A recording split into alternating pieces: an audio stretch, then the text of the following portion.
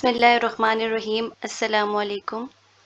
उम्मीद करती हूँ कि आप सब लोग खैरियत से होंगे। Welcome to gram logic. आज से इंशाल्लाह ताला हम लोग अपनी एक MCQs डिस्कशन सीरीज़ का स्टार्ट ले रहे हैं, जिसमें हमारा एम ये है कि हम 2024 के टेस्ट तक आप लोगों को डेली कुछ नया प्रोवाइड कर सके in the form of MCQs। यानी एक स्टेटमेंट और एक MCQs से हम आप लोगों को कुछ नए कॉन्सेप्ट्स दे सकें, कुछ ऐसे कॉन्सेप्ट्स जो बहुत कंफ्यूजिंग है, जिनको ऐसे याद रखना बहुत टफ है, but in the form of MCQs उसको याद रखना आसान हो जाता है। तो चलिए शुरू करते हैं। सबसे पहले जो हमारा क्वेश्चन नंबर 1 है, उसकी स्टेटमेंट कुछ यूँ है: some of the rice dash still left in the plate. Option A has, option B is, option C have, option D are.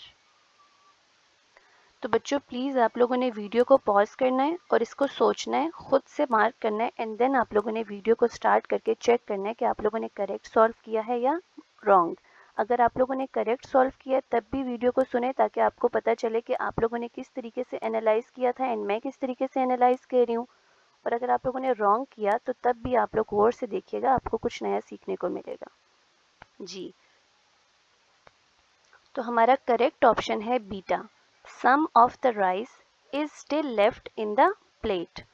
अब बच्चों आप सबका ये एक सवाल जहन में उठेगा कि इज क्यों करेक्ट है और हैज़ क्यों करेक्ट नहीं है।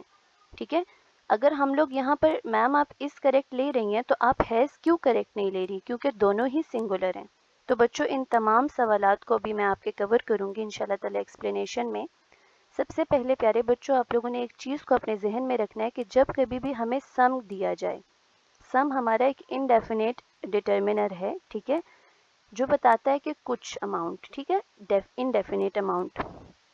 अब यहाँ पर जब कभी भी हमें सेंटेंस में सम गिवन होता है तो हमें अपने सम के लिए जो आगे वर्ब लगाना होता है वो हमें यहाँ पर जो गिवन सम के फ़ौरन बाद सब्जेक्ट होता है उसके अकॉर्डिंग लगाना होता है।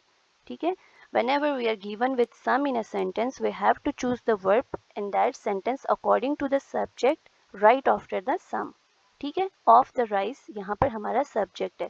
अब आप लोगों ने जहन में रखना है कि राइस जो है ये हमारा अनकाउंटेबल नाउन है, ठीक है, इसे हम काउंट नहीं कर सकते।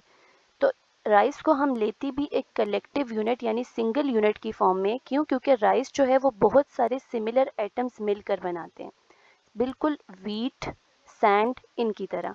कभी भी हम वीट या सैंड को काउंट नहीं कर सकते, इसी तरह हम राइस को भी काउंट नहीं कर सकते, ये हमारे अनकाउंटेबल नाउन्स हैं। अब हम लोगों ने हमेशा अपने अनकाउंटेबल नाउन्स जिनको हम एक कलेक्टिव यूनिट या सिंगल यूनिट की तरह लेते हैं उसके साथ हमने एक सिंगुलर वर्ब लगाना होता है, तो इसलिए यहाँ पे इज करेक्ट है। और हैज़ यहाँ पर क्यों करेक्ट नहीं है, क्योंकि वो भी तो सिंगुलर है। हैज़ यहाँ पे इसलिए रॉन्ग है कि यहाँ पे एक टाइम इंडिकेटर स्टिल गिवन है।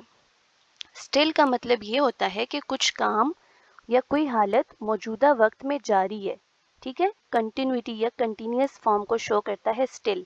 तो जिसकी वजह से अगर यहाँ पर हैज़ बीन होता तो तब हम कंफ्यूज होते हैज़ बीन एंड इज में कि हमें कौन सा चूज़ करना है।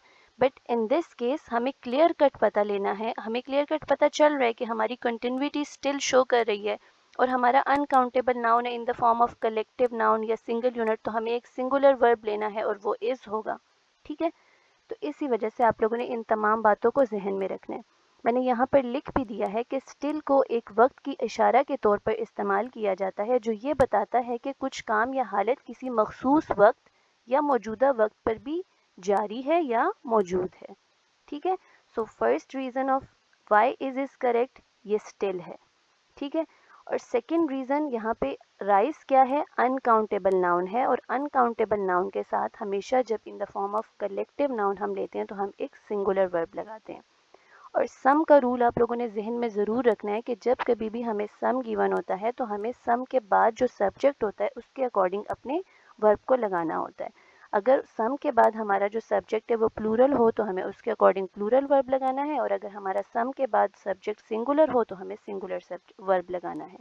ठीक है बच्चों, so this is how you have to tackle this type of questions.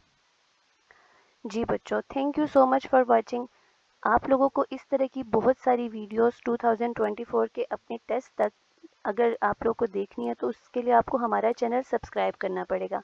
Please subscribe के बटन को क्लिक कर दें और साथ ही जो बेल आइकन है उसको क्लिक कर दें ताकि हमारी रोज़ नई आने वाली वीडियोस के लिंक आप लोग को आपकी नोटिफिकेशन पे मिलते रहें। Thank you so much for watching. अल्लाह हाफिज़।